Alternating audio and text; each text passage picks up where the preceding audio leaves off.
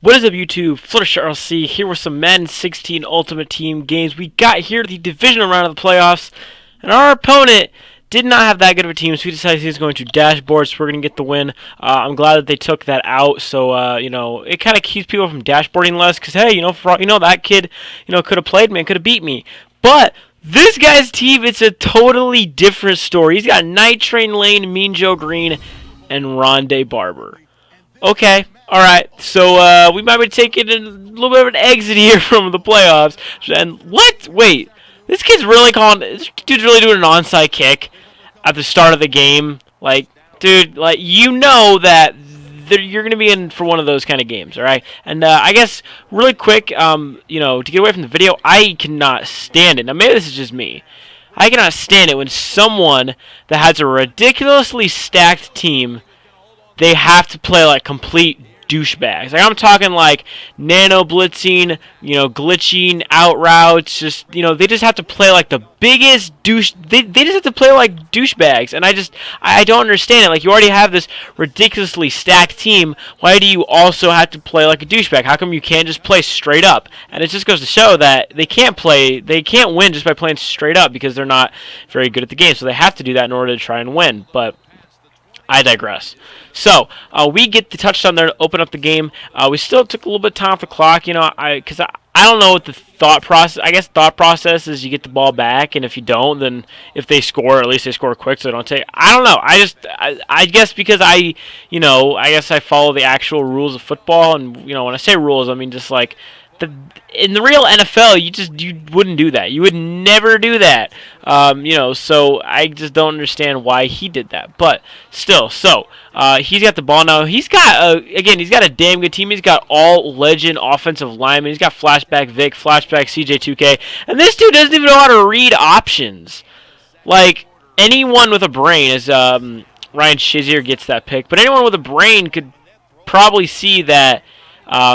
My defensive end didn't bite on the read, so wouldn't you hand it off to your running back? But no, this guy decides to keep it and gets tackled for a loss of like 5 yards. So again, that's another thing. Like if people don't know how to stop options or they don't know how to read options, then I pretty much know then that they're kind of trash. I'm not gonna lie. So we're gonna hand off to Chris Ivory, and Chris Ivory for the first time ever fumbles the ball. That's honestly the first time Chris Ivory has ever fumbled the ball for me. Kind of frustrating that he did, but still, I'm still pretty impressed that I've played with him for maybe, I've played with him for a few seasons. He's never fumbled. Like that's the first time he's fumbled. That's just how good Chris Ivory is. And then we force him to punt the ball back to us anyway. So I guess no harm, no foul. So we're gonna hand off here to Andre Ellington, and I don't know what it is, but just tosses just do not work for me. We're gonna get bottled up there. Only a gain of about 2. So my offense, we got to move down the field. We got to make something happen. I'm rolling out of the pocket. I'm gonna find Chris Ivory, who somehow makes this catch. Chris Ivory, not known to be a receiving threat, makes that great catch right there, and he's got to gain all the way down to the 10-yard line with a minute before we go into half. That is huge for us, especially since we get ball at half. No, he gets ball at half, excuse me. And look at this, Larry Donnell. Again, man, he's got like 91 route running, absolutely insane. He's just great. So there's still a minute before half, right? This dude's got a little bit of time to either do something great or do something stupid, as Gilbert Brown's going to be there for the sack, pushing it back to the 11-yard line. Second down and 19 all day in the pocket to throw. He's going to throw it up, but it's going to be into double coverage, so that one's of course going to be knocked out incomplete. Third down and 19. You think we wouldn't be able to give this up, right? No, you're wrong, because somehow Pat Pete cannot make that catch. Again, this is one of those glitchy plays where you can't really explain it. Like, it just kind of just happens. You're like, yep, well, that's Madden for you. So this guy, he might have a chance to do something before the half ends. 9 seconds left. We're trying to see if we can't possibly make him, wait too long, and then he can't make up after that. Because the thought process behind having a 0 pass rush here is because some of the times are actually all the times. If they wait too long, their receivers will come back down on those routes, so they won't be in the end zone, so it'll make that play even harder for them to make. So we go into half with a 14-point lead, but he does get ball at half. So again, the defense has been making plays all game, all season for that matter. We have been undefeated, but this isn't helping Chris Johnson, and Josh Norman ain't going to catch him. Josh Norman's got no chance. Flashback CJ2K.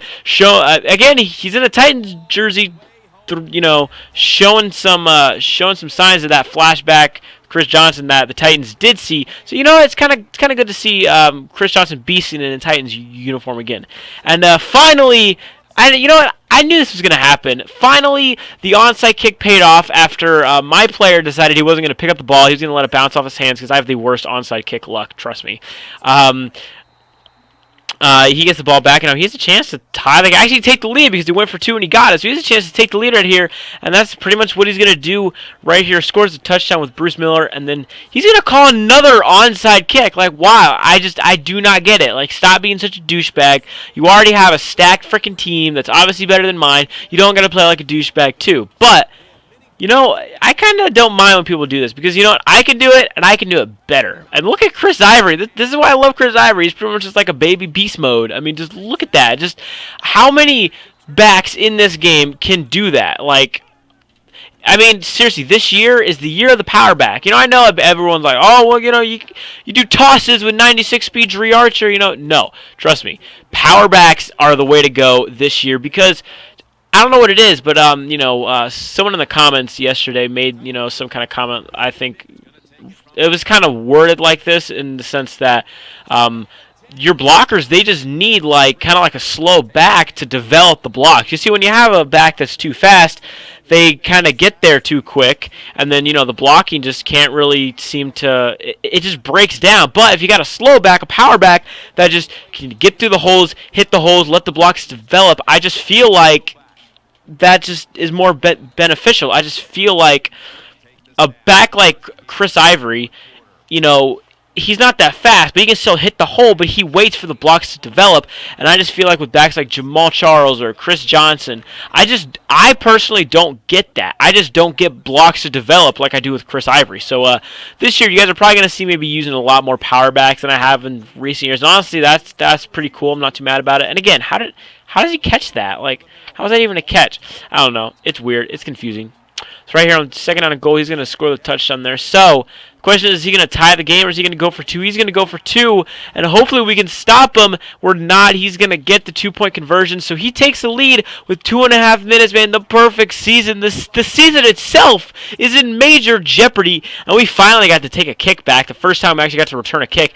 And look at this dude. This dude's out here in quarters prevent, run committing, and it's stuffing my run. Like, okay, all right, you want to play like that? Let's play like that. I'm a firm believer of you play the way you want to be played too. Like, you want to call drag routes out of 5 wide, you want to call inside zones, you want to call out routes, you want to do onside kicks, you want to nano blitz.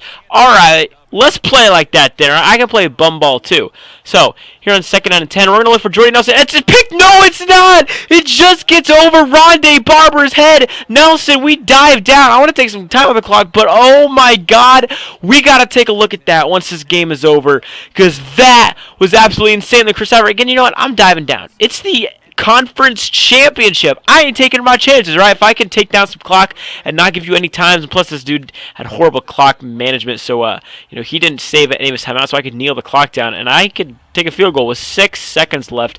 But man, Rondé Barber had to have been either that went through his hands or it was inches away from his hands.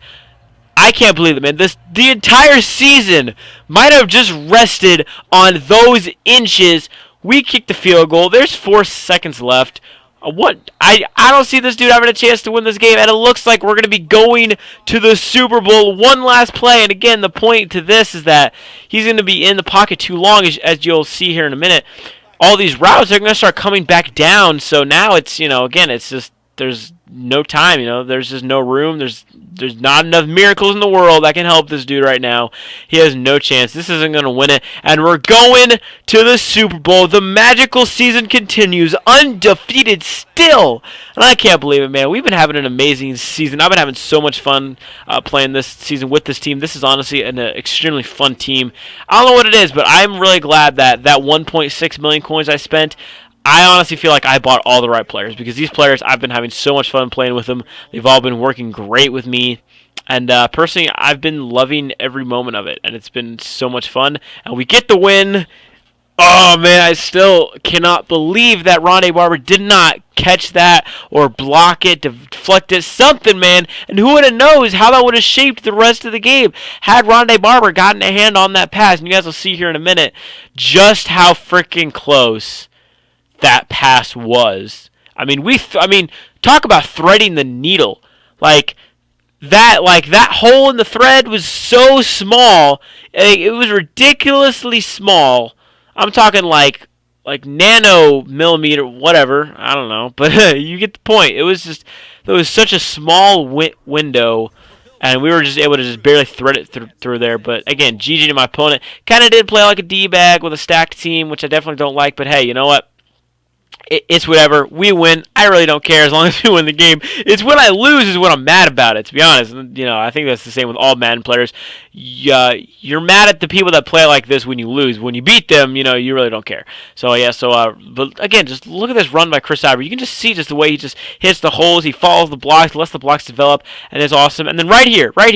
Look at this. Literally inches from his freaking hands.